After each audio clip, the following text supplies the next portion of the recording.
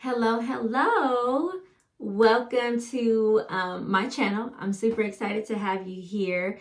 If you don't know already, my name is Kimberly Shanae. I am the founder of the Breakout Woman, which is a safe space for us as women to grow community, build together while breaking stereotypes and toxic cycles and all that stuff. And I'm able to do that with you guys by having these real and raw conversations through the Breakout Woman, while also creating a safe space offline for us to build and connect. And so I would love to have you a part of that community. I'll tell you more about that at the end of this video. But I wanted to hop on today and share with you some things that has been on my heart. And so the foundation of the Breakout Woman, you probably have heard in previous videos, and if you haven't and this is your first time, the purpose of the Breakout Woman is to really begin to break out of all of the things that has held us back from becoming the woman that God has called us to be. And so my goal here on this channel specifically is to really talk through some of the things that I've gone through in my life, some of the things that I wish someone would have talked to me about prior to me going through. And my hope is that you gain some sort of wisdom or some sort of nugget, something that God or Holy Spirit drops into you that you say, hey, I needed that. Now I know how to navigate this space for my own self and my story, my journey as well. And so that is the goal here for the Breakout Woman. If you are watching this on YouTube, awesome. If you're listening to it in a podcast, thank you so much for being a part of this journey. Today, I just wanted to share something that was placed on my heart, and the topic is things I wish I would have done while I was married. So many of you guys may or may not know, I was married for almost 10 years before getting a divorce, officially divorced right before the 10-year mark. But I left year 8 and walked away from that marriage for several reasons. I've shared some of them before on other platforms and things of that nature, so I won't go into too much detail of that. But as I was sitting down one day, probably last week, I started to kind of think over some of the things that I think I would have done differently, or things that I will do differently when I get married again. And I wanted to share those with you because I think sometimes we get so focused on the getting married part, the wedding, the being chosen, the I finally got the ring, or now I have value because someone decided to choose me to become their wife. And we get so caught up in that we don't tend to lay a solid foundation on what it looks like to be married, what it looks like to be a wife, and all of those things. And I can't speak for you guys, but I can speak for me. I got married at the age of 23 years old, and I did not have I didn't have a very great view, or I would say a great example of what a healthy marriage looks like. Didn't see it in my parents, didn't see it in grandparents, did not see it necessarily around me prior to me getting married. And so I just took the leap of marriage because I thought it was the right thing to do. I didn't want to be single anymore. I had already had a child out of wedlock, and I just felt like surely no one else is going to want me. Like I'm already, I'm damaged goods. And so basically the first person that really kind of showed me this affection or this attention, and that I desired and that I thought I needed, and gave me a sense of like self-worth, and gave me a sense of identity and being a girlfriend, and then a fiance, and then a wife. Like I jumped at it. And I looked at a lot of potential rather than what the reality of the situation was, what the reality of that person was, what the reality of us coming together was. I looked at the potential of the thing. And so I thought, well, he has a lot of potential, right? And then I have a lot of potential. And so if you put that together, like surely we're going to be like this power couple. And so I avoided a lot of red flags and just kind of said, this is what we're going to do. I'm going to go forth and be married. At the time, we hadn't known each other for more than 4 months before getting married. We got married 8 months after that. And so we had only collectively been together for about a year before we were fully like married and living this married life. And like I said, I had already had a kid. So we had now this newness of becoming husband and wife while also trying to raise a kid in a blended type of family. It was just a lot of pressure and a lot of things weighing on us even early on. But as time went on, obviously things happened and we just decided that we weren't going to do this anymore, and we decided to get a divorce. I'm going to share things that I wish I would have done in my marriage, but before I share that, I'm going to give a disclaimer. And the reason why I'm going to give a disclaimer is because I think it's important for you guys to know the circumstances in which I was in the marriage before I can fully tell you what I would have done differently. And the reason why I say that is because I don't truly think I had the full opportunity to be the type of wife I know I can be. And what I mean by that is I entered into a marriage that was built on infidelity. I entered into a marriage that was built on lack of trust. And I went into a marriage with my walls already up. Like I was actively building walls while walking down the aisle. And so these are things that I would have done differently if that wasn't already a situation. And so it's hard for me to say these things would have worked in the marriage because I had already started a marriage on a faulty foundation. I had already started a marriage with a lack of identity in Christ. I didn't know who I was. I didn't know who God had called me to be. Was just very much trying to find my value in being a wife and being chosen and not being in these streets.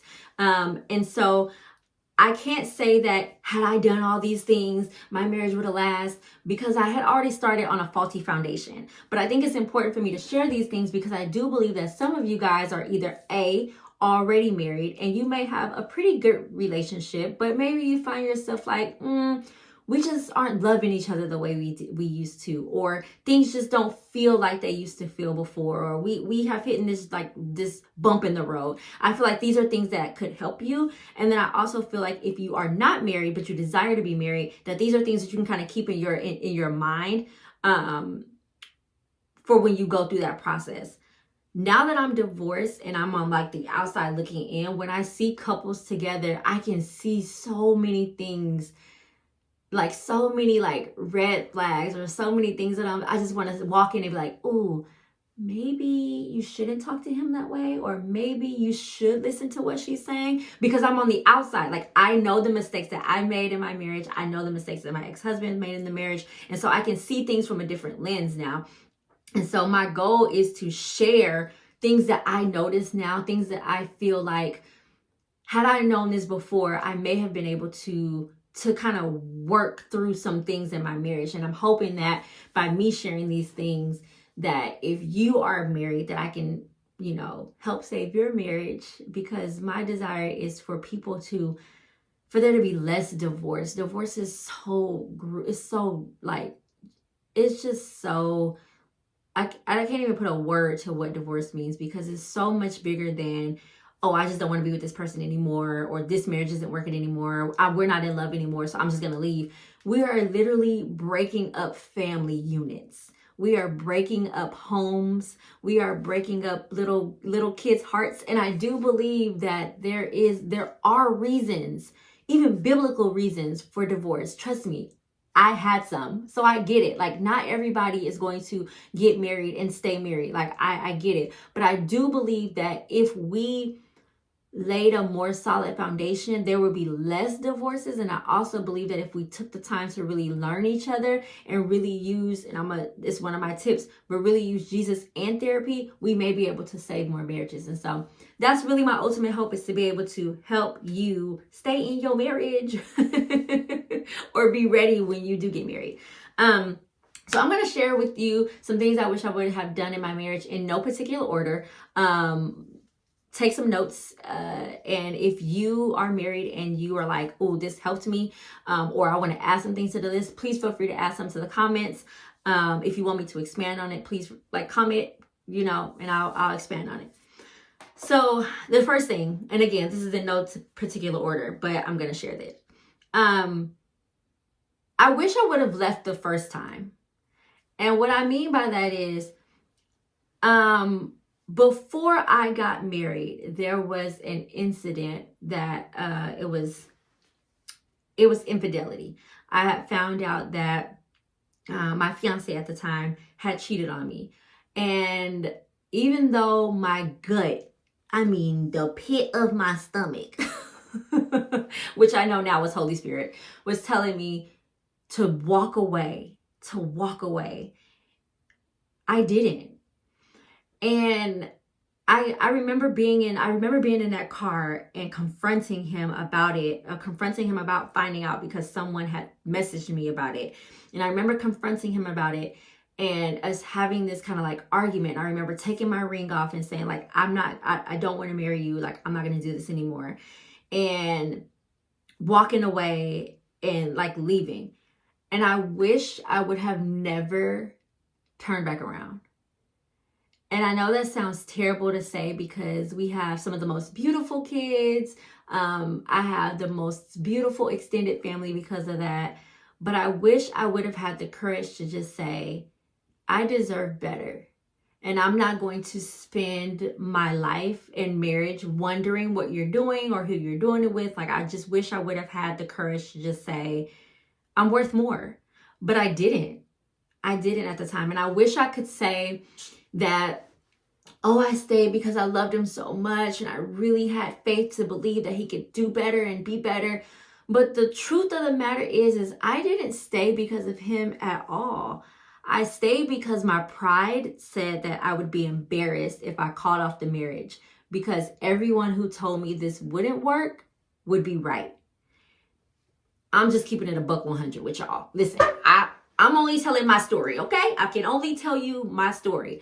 I did not stay after I found out I was cheated on because my love for him was so deep. Remember, I barely knew this person. We were about 5 months into knowing each other when this happened. So I can't sit here and say, we were maybe 6 months into knowing each other. So I can't say that I stayed because I was just so madly in love and I had spent all this time and I knew that this was the person I was supposed to be with. No, I stayed with him because so many people had told me that this wouldn't work. So many people told me not to get with him. So many people told me like, he's always going to be this way. And I was too prideful to say, they were right. Let me walk away and cut my losses. My pride was so high that I was like, nope, I'm going to be a ride or die. I'm going to stick this out. I'm going to thug it out. He said he's going to do better. We're going to get through this, blah, blah, blah, blah. And I just stayed in it. I stayed in it when I knew I should have walked away. And so, when you're married, it's different. You have said your vows before God, for better or for worse. I believe that everybody has their own version of what their worst is. If your worst is infidelity, that's your worst. Make sure that those boundaries, make sure that those expectations are communicated prior to you getting married, and that you guys both have a clear understanding that this is a deal breaker for me. And if that deal breaker is broken, you have the ability to walk away because that was your version of worst. So I can't define what your for better or for worse is. I didn't make those definitions prior to getting married. I wish I would have, but I didn't. And so when you're married, it's different. But I was engaged at the time. I could have walked away scotch-free and wouldn't have felt guilty about any of it. But I didn't. I was too prideful. When you're married and there's infidelity, you have to make a decision on whether or not you want to stay or not. But I wish I would have followed my intuition and just left the first time. The other thing I wish I would have done different was, after I decided to stay, I wish I would have made the decision to trust fully.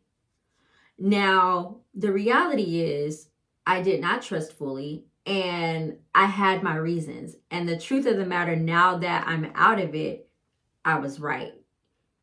But that's not the point. The point is I wish I would have trusted fully. And here's why I say this. Because I went back into that space, because I went back into that engagement and then the marriage,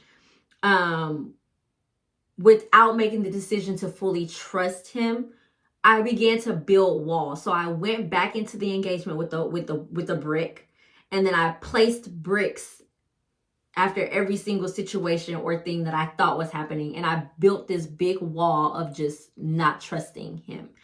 And whenever you're in a relationship, whenever you're in a marriage or anything, and there is no trust, I really don't think you have anything. If you don't have trust, you don't have nothing. Your conscious or your whatever you want to call it is so heightened that you're so paranoid that every little thing you're just like, surely they're doing this, surely they're, it's not sustainable. When you don't trust the person you're with, you can call your relationship quits. It will not work. And so I wish I would have taken a moment and said, okay, Kim, if you're going back into this engagement and you're really going to walk down this aisle and get married, you have to make the commitment to trust him. You have to make the commitment to forgive, forget, and move forward. Because if you hold this, you will hold it forever. And I didn't do that. I held on to that forever and I built those walls. And whenever you build walls of mistrust, you begin to treat people differently. And so I began to treat him almost kind of rude sometimes. Like if there was any type of thought that there was something happening, I was real snappy and attitude and all that stuff. And it's just not healthy. So I wish I would have either left or when I came back made the decision to trust fully so that I can move forward. The other thing I wish I would have did is not loved based on conditions. I know it sounds so weird because we always be like, oh, love is patient, love is kind, love does not love is unconditional. And the truth of the matter is, I don't think that any of us humans can ever love anybody unconditionally. We're human. I think that only God can do that. But I do believe that there are certain things we do that causes us to love people based off of conditions. And let me expand on that. So whenever, at the time of my marriage, my ex was kind of in and out of jobs, right? Just in and out of jobs. It was never really like stable. And because of that, we always had like our finances were never right? We never had a steady income like outside of mine. And because of that, our marriage was really rocky. I was frustrated. We were late on bills or weren't paying bills. Cars was almost getting repoed. It was a hot mess. And when you have that level of stress and anxiety and just all this stuff on you, it's hard to fully give yourself to someone and love them unconditionally. So I began to base my love off conditions. If you're working and providing and taking care of the household and helping me and partnering with me in this, you get all my love and affection. You get all the sex you want. You get whatever your heart desires. However, you effed around on a job and got fired and this isn't working and we don't have income and I'm hiding my car in the garage because I'm trying to prevent a repo. My love is going to feel it's going to feel a little different. It's going to be a little different. I'm feeling some type of way. Okay. I'm angry. I'm irritated. I'm all the things. And so now my love for you is it's a reflection of those conditions. So I am more guarded. I'm less affectionate. I don't want to be touchy-feely. I don't want to have sex. I don't want to do all these things that as a wife and as a married couple we should be doing because I'm irritated. I'm irritable. I don't even want, like, this is not right. And so I wish I would have not loved based off of conditions. I wish I would have had enough faith to believe, or courage to, whatever you want to say, to believe that this might just be a rough patch. And I said, for better or for worse, maybe this is just a slight taste of worse. And I wish I would have loved him in his entirety or just left him alone. Because to love someone based off of their conditions, I can only imagine how that felt for him to feel like you're being fully loved and embraced in one moment, and then the next moment or the next day feeling like that love is being ripped apart. And I feel bad for that. And I told him that before, after we were separated, is that I did love you based off of conditions because I was frustrated. I was feeling like the weight of the world was always on my shoulders, but then I was still supposed to show up and be wife of the year. And that is exhausting. And I just didn't have it in me. And so you did get loved conditionally. And I also, and this is not an excuse, but I also never seen what it looked like to be a wife who wholeheartedly loved her man. Meaning we as women in my family are very guarded. We're very like standoffish and a little passive aggressive sometimes. And I gave that energy in my marriage. And I just wish that there were moments where I just said, you know what, babe, You may have lost this job, but there's other jobs. We'll figure it out. Like, and I didn't always show up like that, you know. Sorry. The other thing I wish I would have done differently was I wish I would not have talked at my husband. Now, y'all know, and when I say y'all, I say my lovely ladies, we know how to talk good to our man, okay? We know how to boost his ego. We know how to tell him all the right things. We know how to get what we want and be affectionate and say all the right things. But this thing right here, just like it can do all those things, it can also cut like a sword, and we know exactly how to do it. And that's what I had done a lot of times. I would talk at him as opposed to talking to him or with him. So if I was frustrated, I began to talk at him, which I wish I could give a great example, but you know that tone we get when we're irritated. It was that. So it could be the most simplest thing, like me asking a rhetorical question, knowing the answer because I'm just irritated. Or if he asks something, I'm almost like, are you stupid? Like, duh. And so I wish I would have taken a moment to really change my tone sometimes, and even my delivery of some messages, because like we always say, it's not what you say, it's how you say it. And I know that I'm not a big yeller or a screamer. I don't do a lot of that back and forth like that unless I'm just really, really angry. And now at my big age, I don't got the time nor the energy. But so I never did that, but I do have a way of slicing you politely, or it sounds politely, but the words have cut you like a knife. And now you have blood dripping all over you because my words cut through you. And I definitely remember some times where I wish I could kind of take back some of the things that I've said, or has said them differently. My tone would have been different, or maybe I would have been a little bit more softer or gentler. I think that you get a lot further being sweet than you do being the B word. And a lot of times I probably came off as the B word. And here's the thing.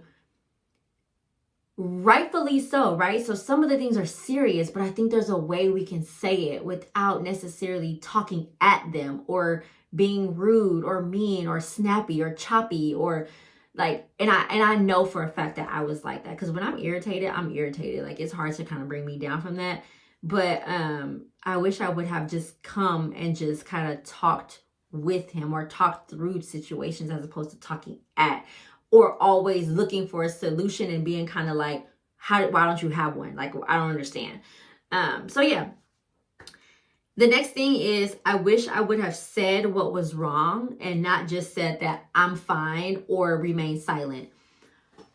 Now that I'm out of the marriage, I'm just like, never again will I enter into a relationship where someone asks me what's wrong and I say, nothing, I'm fine.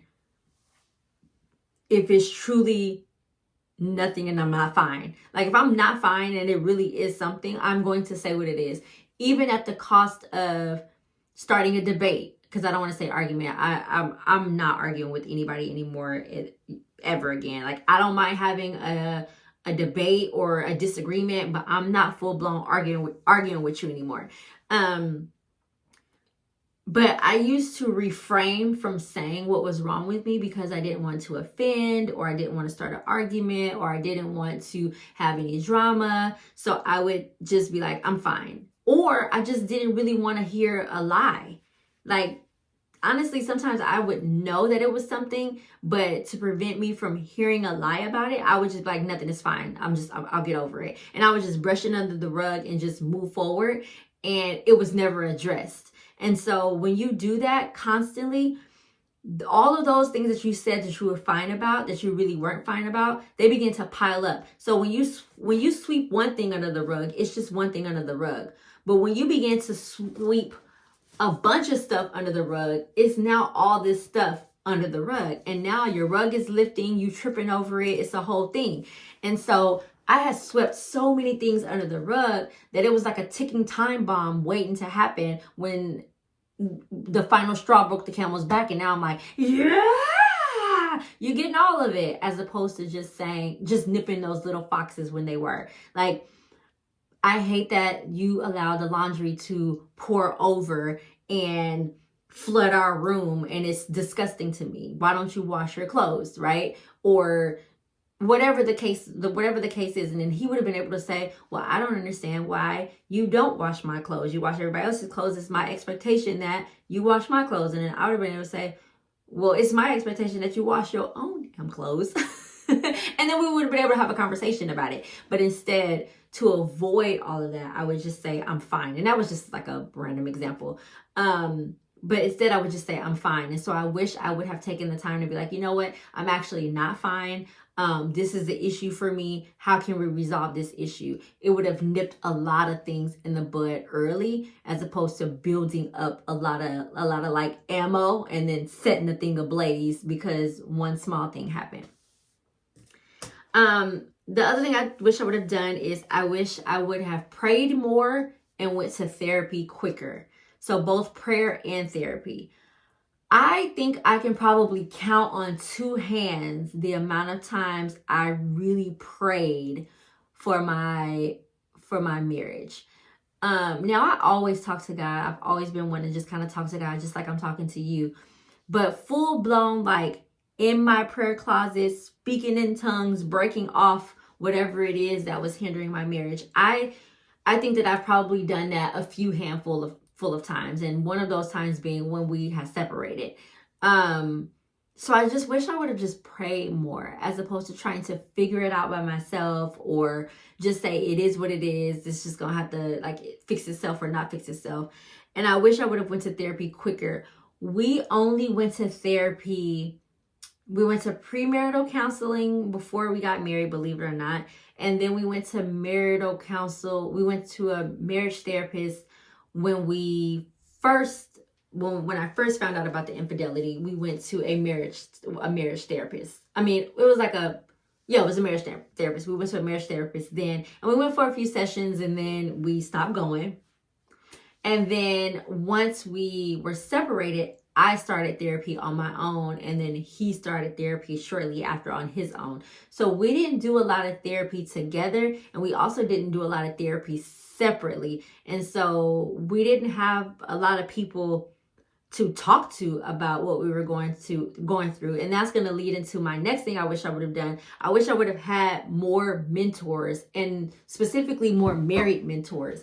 We did not have a lot of stable, sound, married couples around us really taking us in and saying like, hey, how is your life? How is life going? How is the kids? How are you as a wife? How are you as a husband? How is your sex life going? Like, how is your finances? Like, we didn't have people kind of holding us accountable for what a marriage would look like, or even talking us through what a marriage should look like, or what we want our version of marriage to look like. So we were out here just kind of winging it. And a lot of our friends were single. A lot of the people we connected with were single. And we were sort of like that picture of like, oh, they're young and they're married. And that could be detrimental when you don't have the right people in your corner for when you're going through stuff and you're just going through it by yourself. You don't have the right prayer warriors praying for you or speaking against the attacks of the enemy towards your marriage, and you're just out here kind of doing life. It never works. We connected with a couple that we really both loved, but it wasn't until the end of our marriage. We were 6 months into a separation, and we had met them for dinner because it was like, hey, you guys said you were only going to be separated for 6 months. It's been 6 months. What are y'all doing? Like, what are you going to do? And that was really the only reason why we even connected with them, was because of that. And so I wish we would have taken the time to seek after wise counsel and guidance through mentors and married couples, so that we would have been able to talk to them about the situation we were going through, and be able to say like, oh, that's pretty normal. Everybody's kind of going through that, but how can we navigate through it, rather than kind of sitting on our own island by ourselves. The last thing I wish we would have done, and again, this is no specific order, was I wish we would have discussed expectations prior to getting married, and then reevaluated those expectations throughout our marriage. And what I mean by that is, I wish there was a conversation that we would have where we would have sat down and said, hey, What's your version of a wife look like? What's your version of a husband look like? What are your expectations of me while we're married? What is your expectations of yourself while you're married? What do you think wives do in a marriage? And what do you think husbands do in a marriage? And then after we laid all that on the table, I wish we would have said, okay, that was great. Now, this is what I can and desire to do as your wife or as your husband. And this is what I will not do as your wife and your husband. Are you okay with that? And I wish we would have done all of that prior to getting married. We did not have conversations about expectations. And so when those expectations were made and created in our minds, but not articulated, every time those expectations were not met, we kept count. We kept a score. And the problem with that is we were keeping scores on expectations that we had never discussed with our partner. We never discussed it with each other. And so you have an expectation. I used the laundry as an example a little bit ago, but it was a real thing. The laundry was a big thing in our marriage. When I would walk into my room and I see your laundry basket completely overfilled with laundry to where it's falling over on the floors, and I'm like, why is this a thing? Why don't you just wash your clothes? And then you tell me, well, I don't understand why you just don't wash my clothes when you wash the kids' clothes. And I'm low-key offended because I'm like, do you think I'm your personal maid? That wasn't the case. He wasn't trying to make me a personal maid. His expectation was, as a wife, I thought you wash my clothes. And in my mind, I'm thinking, and my expectations is, as a grown person, you wash your own clothes. Considering the fact that we both work, we both are raising kids, we both have equal responsibilities, what makes you think I have the time or the energy to want to wash all your clothes? But that was an expectation that we both silently had that we never talked about prior to marriage. And because we did not talk about it, it was a constant argument in our marriage. It sounds so silly, but if you do not sit down and have those conversations about what your expectations are prior to being married, you will argue about them all throughout your marriage, and you will keep count of expectations that are in your mind that you never articulated to your partner, and that is not fair. Discuss what those expectations are, come together and decide if those are expectations you both want to meet or not meet, and then come up with an agreement on what that looks like. I promise you, it will save you so much energy and arguments if you have those conversations prior to being married.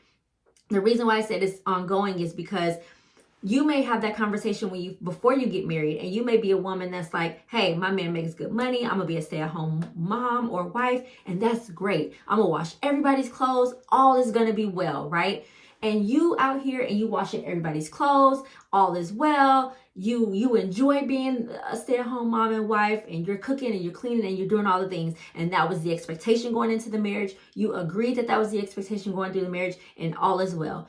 And then 3 years down the line within your marriage, your husband loses his job or something happens to him, and now you have to work. And so now both of you guys are working, and the expectation is still that you come home and that you cook, you clean, and that you do laundry. And you guys have not had a conversation about how those expectations should change, because now you have also taken on a load of work. Those expectations should change, but you guys did not have that conversation. So now we have 2 loads of laundry just overfilling into the room, and the expectation is that you still will fulfill that duty. And now you're angry and you're resentful because you're like, well, I don't understand why you're not getting this laundry and just cleaning it. And he's like, because that was never my job. We said that this was your job. So why aren't you cleaning it? You have to reevaluate what your expectations are throughout your marriage, because circumstances change, things change, people change. You guys need to decide, are we still good with this? You should have probably a yearly check-in. Hey, this is what we used to do. This is what worked this year. This is what didn't work this year. What do you like about it? What did you not like about it? And what would you like to change? I'm telling you, it sounds like a business thing, but y'all, marriage is a business. And if you don't treat it like one, your business will fail. Like, have those conversations, have those check-ins. Make sure those expectations that y'all set, you are still good with them, because life and circumstances will happen and your desires for those expectations will change. All right, that was a lot. I know that it was a lot. I'm going to go through it one more time so that you know all of the things I would have done differently in no particular order. So things I wish I would have done differently while being married. The first thing was, in no particular order, I would have left the first time, meaning following my gut and realizing that infidelity during an engagement is probably not how you want to enter a marriage. I would have made the decision to trust and not build walls. So after I decided to stay and still be engaged and walk down that aisle, I should have made the decision to trust and not build walls. I would have not loved based off of conditions. I would have not talked at my husband, but talked to him. I would have said what was wrong and not "I'm fine" or silence. I would have prayed more and went to therapy sooner. I would have discussed my expectations, and I would have made sure to have mentors, specifically married mentors.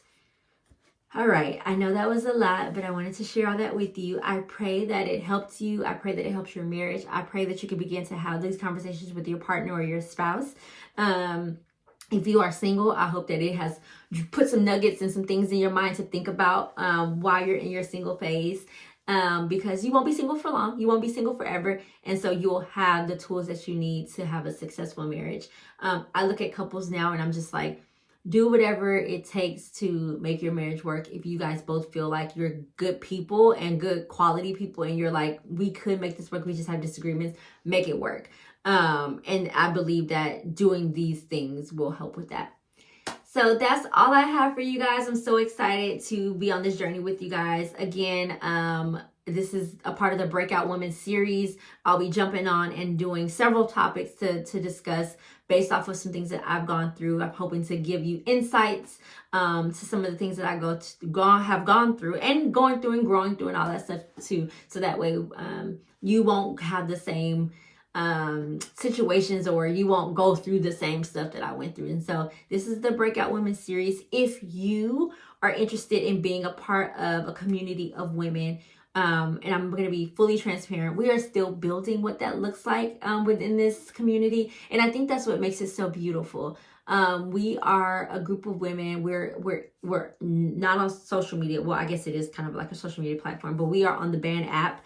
And it is a group of women. It's an exclusive private group where we are just together and we're trying to build relationship. It's completely free. If you're interested in being in a safe space with other women who are just trying to get through life, you are more than welcome to join us. We challenge each other. We also have a space in there called the release room where we can just let out whatever it is that we're going through, judgment free, and then the rest of us will pray through it with you. And so if you want to join that group, I will have the information on how you can join listed in the description. Feel free to join us. All you have to do is enter your email address and your phone number to verify that you are in fact human and not spam, and you'll be entered right into the group.